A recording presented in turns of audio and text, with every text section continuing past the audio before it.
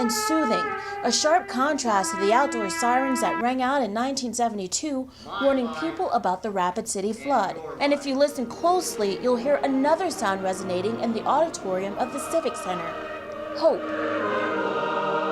And the man, who was only 29 years old when he was mayor during the flood, offers words of encouragement to those who lost so much 4 decades ago. We learned that 40 years ago that brick and mortar solutions were much easier to invent and build than the issues of monumental sadness.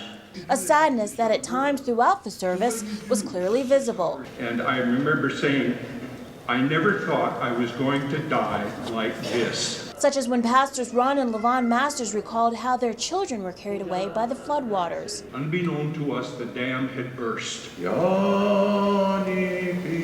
Today, 238 roses stand tall, honoring all who perished. We are remembering not just the tragedy that occurred, but the choice that was made by our community at the time to respond in a positive way. They are also remembering to remember. I believe that's the challenge that we face today, to help us become beacons of hope to the unknown years ahead.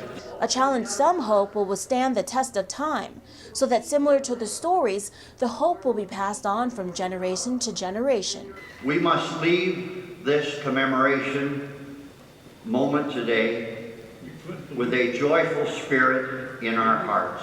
And that's exactly what hundreds who gathered did.